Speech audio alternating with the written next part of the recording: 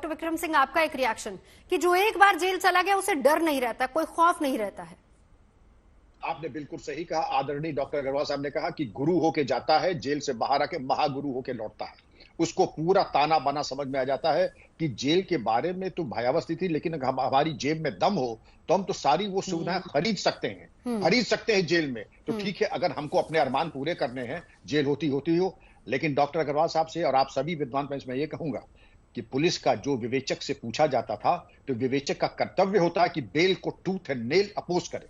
लेकिन ऐसे शातिर दिमाग के अपराधी नवजोत जी वो बिल्कुल बिक जाते, कहते हैं कि हम संस्तुति करते हैं कि इसको जमानत दे दी जाए।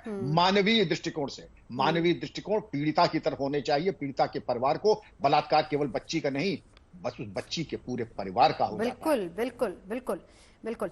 एक बार अब आशुतोष जी देखिए, 2012 में एक कानून लाया गया था, पॉक्सो एक्ट, और खास तौर पर नाबालिगों के लिए लाया गया था। यौन उत्पीड़न से संरक्षण के लिए कानून है, 20 साल की सजा का प्रावधान है। इसमें क्या कुछ आधार रखा गया है पैरोल का या बेल का?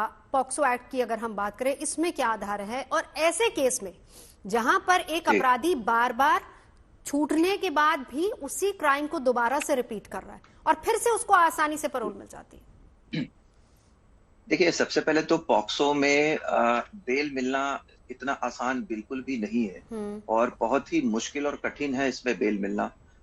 देखिए, पहले तो ये मैं बताऊं कि जब कोई पॉक्सो में कोई एफआईआर रजिस्टर होता है तो उसमें 2 स्टेज, पहले तो यह है कि जब इन्वेस्टिगेशन चल रहा है केस का, तो ऐसे स्टेज पे जब पुलिस अरेस्ट करती है तो डिपेंड करता है कि इन्वेस्टिगेशन के बाद जो रिपोर्ट आती है या चार्जशीट फाइल होता है उसके अंदर चार्जशीट में किस तरीके के एलिगेशंस प्रूव हो रहे हैं एक्यूज्ड के ऊपर।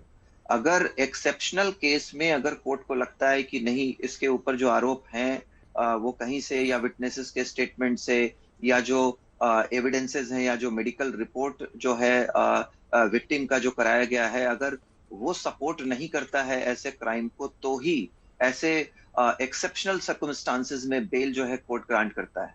अदरवाइज बेल जो है इसके अंदर बहुत ही डिफिकल्ट है। अब दूसरा जो स्टेज ये हो सकता है कि पूरे ट्रायल के बाद अगर कोर्ट जो है इस नतीजे पे पहुंचता है, क्योंकि पॉक्सो कहता है कि 1 साल तक जो है एक फास्ट ट्रैक कोर्ट चलाने के लिए और ट्रायल को कंक्लूड करने के लिए और कोशिश करने के लिए कि जल्दी से जल्दी जो पीड़िता है, जो विक्टिम है, उसको न्याय मिले, उसको जस्टिस मिले। तो ऐसे सिचुएशन में अगर कन्विक्शन होता है किसी एक्यूज्ड का, आरोपी का, तो सपोज अगर उस आरोपी ने उस सजा को अगर काट लिया है, जैसे 7 साल की सजा हुई है या 10 साल की सजा हुई है, तो ऑब्वियस सी बात है कि उसको जो है सजा काटने के बाद रिलीज किया जाएगा।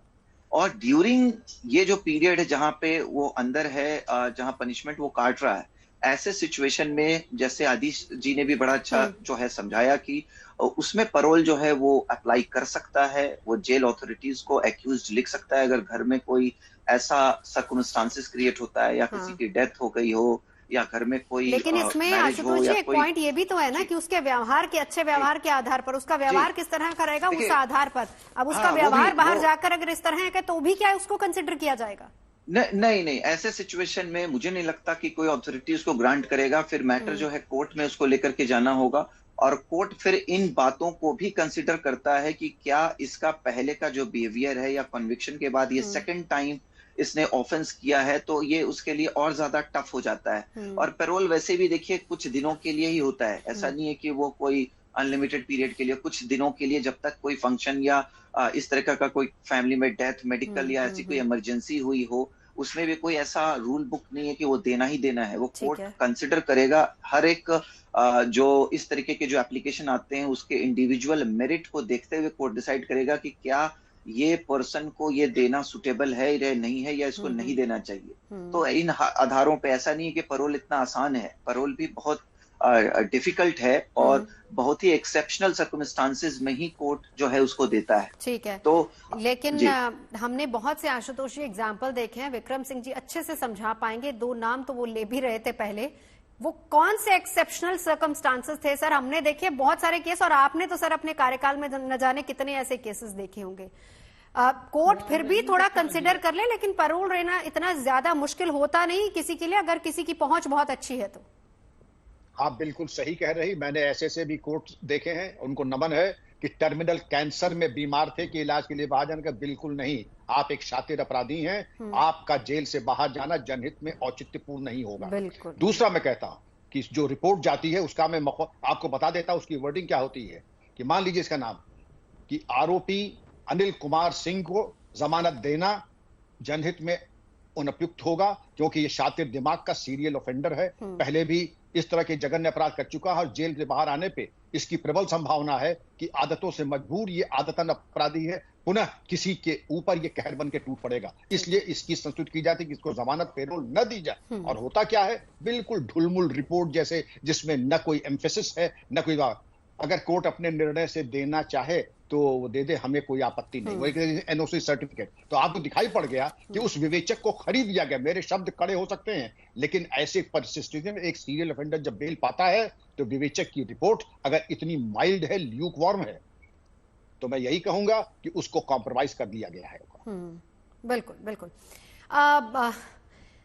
ताहिरा हसन जी, अब यहां पर हमने कानून को भी समझा, किस तरह का कानून है। देखिए, पॉक्सो एक्ट 2012 में लाया गया था और यही मंशा थी कि इस तरह के खास तौर पर नाबालिगों के साथ अगर कोई दुष्कर्म होता है तो उसमें सख्त से सख्त सजा का प्रावधान था। आपको लगता है कि यहां पर और कानून को सख्त करने की जरूरत है, या फिर किसी और नजरिए से, अब चाहे वो आप काउंसलिंग की बात कर लीजिए, या फिर हम कहें कि वो मानसिकता कैसे बदली जा सकती है? देखिए, मानसिकता की बात हम करते हैं, मानसिकता बदलने का इंतजार में हम अपने बच्चों और महिलाओं को इस गंदगी में नहीं ढकेल सकते। मानसिकता के लिए किया जाए, उनका पूरा चलाए जाए, पूरे उनको एक काउंसलिंग उनकी की जाए, बातचीत की जाए। जेलों में भी होते हैं, काउंसलिंग की जाती है उनकी, बाहर भी होते हैं। जो महिलाएं जिस जेलों में रहती, गृह में, वहां हम लोग भी जा चुके हैं, उनकी काउंसलिंग होती रहती है।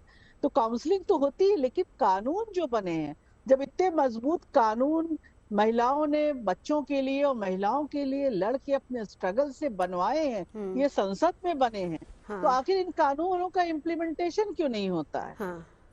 मैम, आपको इसमें कहां पर लूपहोल नजर आता है? क्योंकि देखिए, उसी पर फिर हम बात करेंगे।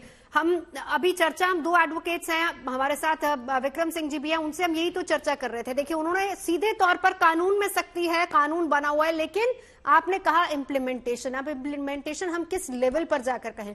इस केस की बात करें तो 3 बार गिरफ्तारी हो चुकी है, लेकिन यहां तो फिर वो मानसिकता की ही बात आएगी ना। नहीं, कानून का डर नहीं है।